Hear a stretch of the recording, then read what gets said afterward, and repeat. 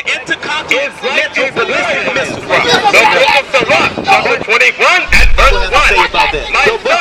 But those things which God before had shewed by the mouth of all his prophets. Why do we live in these conditions? Because these are not good conditions. That's idolatry, because we are a rebellious people. Right now. So you ever ask, like, why do we get persecuted? How can we get fine brass? But our people are so destroyed, they actually think that this is normal. This is not normal. You know, it's not normal to be out here with trash all over the place. You got bullet holes at the bus stop. You got people passed out, either drunk or on drugs. This is not normal. This is a bad condition. So why do we live like this? The brother's going to show you. Just give him a few minutes. Show him why we curse, so he can understand the importance of knowing who you are, and more importantly, what we can do to lift these curses, because that's what he's teaching. What you gonna do in the kingdom?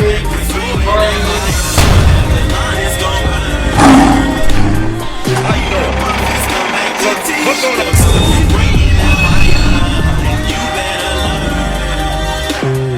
Come up out of her, my people.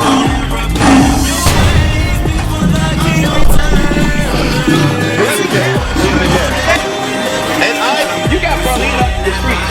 These type of things. You gotta come up against that. I'm just trying to reach the masses. Baby, I burn the wind and you turn to ashes. Flames of fire in the sky. Gain a mansion. And when the king returns, he swing a sword and slay the dragon.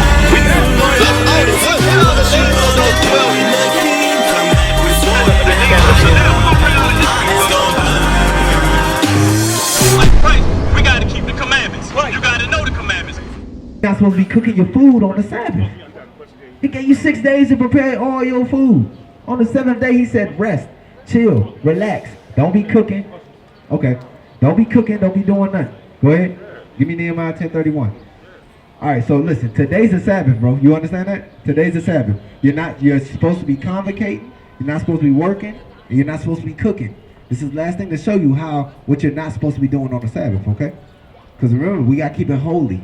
Okay. So these are ways to keep it holy. No working and no cooking. Okay, here goes another way. Go ahead. This is the book of Nehemiah, chapter 10, verse 31. And if the people of the land bring ware or any victuals on the Sabbath day to sell. So if these people come out here with merchandise or food or whatever to sell, go ahead. That we would not buy it of them. So they come out here to sell it and we would not buy it of them. Go ahead. On the Sabbath. On the Sabbath day. So there's no working, there's no cooking, and there's no buying and selling on the Sabbath day. That one day out the week, you're not supposed to cook, you're not supposed to buy and sell, and you're not supposed to work. Okay? You got 6 other days to do all that. God gave you that. Real quick, let me get my brother because he just came in. What's up, bro? What's your, you got a question? Anything. Any question, bro. Anything that speaks your mind. So supposed to be strong like this. Why the fuck is we still eating Bank of America, pizza, paying, supporting all these white people shit? When, not to be funny or disrespectful to none of y'all out here, and I really do believe all this, but what I'm saying is, every time we try to stand up for that shit, they kill us. So what is the solution to? And I ain't telling nobody to be no sucker ass person. Don't listen to God or none of that. What I'm saying is that how is it another way that we can go about getting upon the oppressor beyond them than from supporting all these people's shit and letting them bring all this shit into our communities and shit, and every time we speak on it, we get crushed or we get poisoned about this shit. Deuteronomy first. Give me Deuteronomy 28 and 15. Because you gotta understand this. Give me Deuteronomy 28 and 1. I'm gonna go through some scripts for you to show you. Because the first question was, why are we going to them and doing all this and supporting their system, right? Why are we doing this? Why are we such a godly people, but we supporting their shit, right? That's what the first question was. I got you. I'm gonna deal with that, then we're gonna deal with the next ones, okay? Watch this. This is why, okay? First, I'm gonna show you what would have happened if we listen. Okay, go ahead. This is the book of Deuteronomy, chapter 28 and verse 1. And it shall come to pass, if thou shalt hearken diligently. What's your name, bro? Gerard, I'm Ariel. All right. So Gerard, he said, read it again.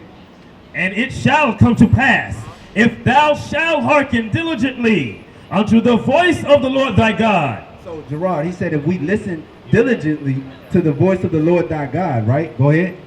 To observe and to do all his commandments, which I command you this day. So if we listen diligently, right, to observe and to do all of God's commandments, what's going to happen? That the Lord thy God will set thee on high above all nations of the earth. So this was a promise from God. He said, listen, Gerard, he said if we listen to him and we do his laws, statutes, and commandments, he was going to set us on high above the earth. But like you just pointed out, obviously that ain't happened, right? So give me Deuteronomy 28:15, because this is a flip side of what happened. This is why, what your point was. See, Hold I on. be thinking that it's karma and because we not listening to some type of higher power. That's what we just doing read. something. And we about to read that. Watch. Because you on, see, your spirit is coming with it. Just watch. It's going to say exactly what you just said. Go ahead. Verse 15, but it shall come to pass, if thou wilt not hearken. So remember, the first time he said, if you do listen, right, I'm going to put you on high. Now he's just saying in the flip side, he said, but if you don't listen, because I just told you if you listen, I'm going to set you up, man. I got you. But if you don't listen, what's going to happen? Unto the voice of the Lord thy God, to observe and to do all his commandments and his statutes which I command you this day, that all these curses, All these what? that all these curses shall come upon thee and overtake thee. So you got to understand this. God said, if you do not listen to me, if you do not do what I told you to do, all these curses are going to come upon you and overtake you. Means when something overtakes you, that means you have no power to fight it off. You understand what I'm saying? Hold on, real quick, because I'm going to get a curse for you. Because he just read from 15 to 68 is a list of curses that we got put on us because we didn't listen to God. And the first thing you said, I'm going to show you. Give me 45. Verse 45. Moreover, all these curses shall come upon thee, and shall pursue thee, and overtake thee until thou be destroyed. So he said these curses are going to overtake you and pursue you until you be destroyed. As you can see right now in our communities, we are destroyed. There's no blessings in our communities. We're struggling as a people. This is agreed upon. Understand that. There's no way we can say, oh, we're prospering. Like you said, our communities are rocked. You understand what I'm saying? Give me 48. Verse 48. There. Remember, these are curses that was put on us for not listening to God. It was just that simple, but we didn't do it. And we're not doing it today. So that's why it's still in the same predicament. Because we're not listening to God today. We didn't listen back then, and that was a future prophecy. He said, it shall come to pass. If you don't listen to me, this is going to happen to you. Give me 48. Verse 48. Therefore shalt thou serve thine enemy. So God said, because you ain't listening to me, you're going to serve your enemies. Go ahead. Which the Lord shall send against thee. So as a punishment, he sends your enemies against you and said, because you ain't listening to me, you're going to serve them. But what we going to serve them in? Go ahead. In hunger. In hunger. In your foods. In your grocery stores, giant shopper, all that. Because we don't run that as a people. How many black, seriously, all the way black owned, I'm not talking about managed, I'm talking about completely black owned grocery stores that we have. Exactly. He said you're going to serve your enemies for hunger. When you get hungry, you go to them to buy your food. That's facts. You ain't going to a black man's farm. Ain't none out here. Go ahead. And in thirst. And in thirst. When you go in the stores and you grab the Dasani, your Aquafina, your Deer Park, guess what? We don't run that. We don't run that. That's the enemies running that. Go ahead. And in nakedness. Any clothing we wear, black men is not making it.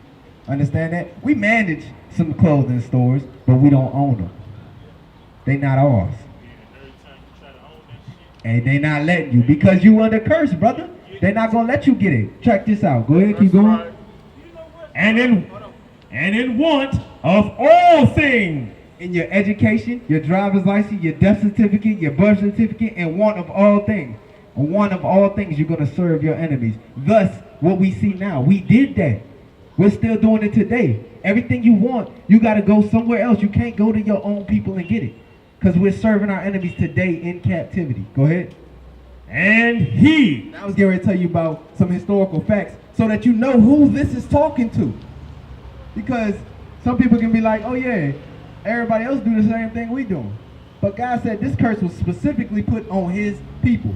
So now it's getting ready to tell you, the Israelites. It's getting ready to tell you who the Israelites are and who is God's people. Because this is a curse. Listen, read it again.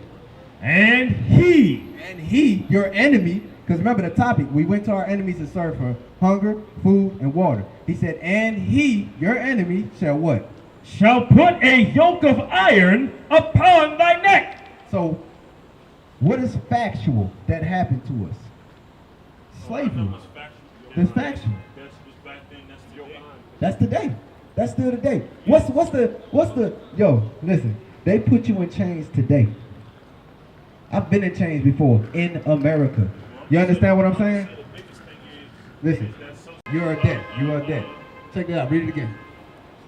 And he shall put a yoke of iron upon thy neck until he have destroyed thee. So back in the day, they put actual yokes of iron upon your neck and upon your ankles and your feet. Show sis.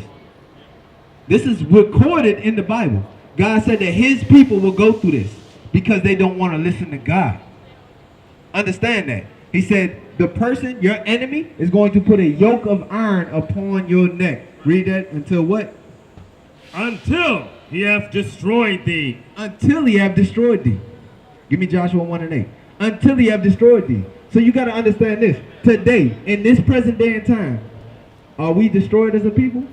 We are. Look at our communities. Like the brother said, our communities are in shambles.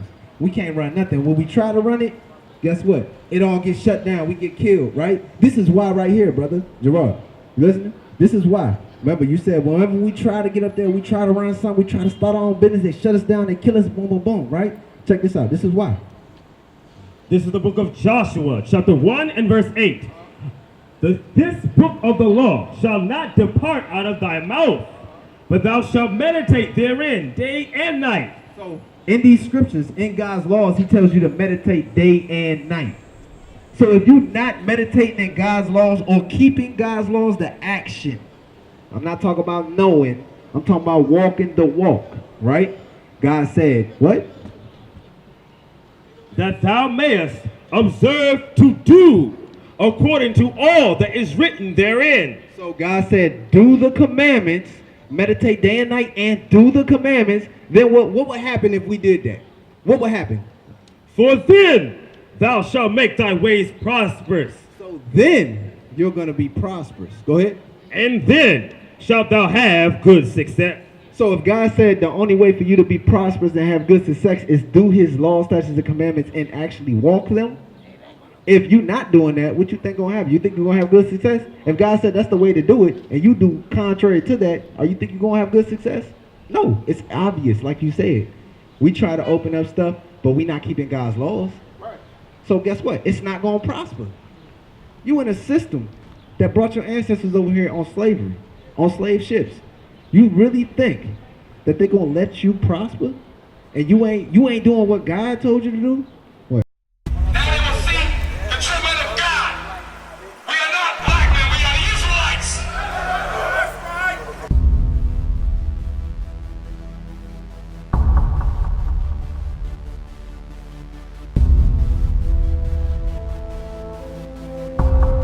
Take care of us. Take care of us. And our children too. And our children too. We have repented. We have repented. How about you? How about you? People want to know who's the king. O nation of Israel, it's time to return to the Father. O nation of Israel, it's time to return to the Father. Now why they trying to make it so hard to serve God? And why when I say that I'm a Jew it sound odd? For years I've been walking around saying that I'm a black man. I ain't saying that no more, it sounds wrong, man. This is Bishop Nathaniel of Israel United in Christ. Please subscribe to our YouTube channels. Stay up to date with our latest events, music, and classroom lessons.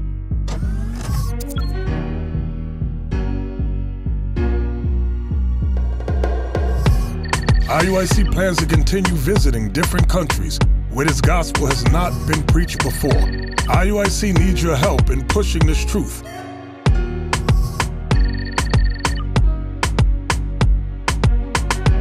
So join us. Subscribe to our Instagram, Facebook, Twitter, and podcasts, and stay up to date with us.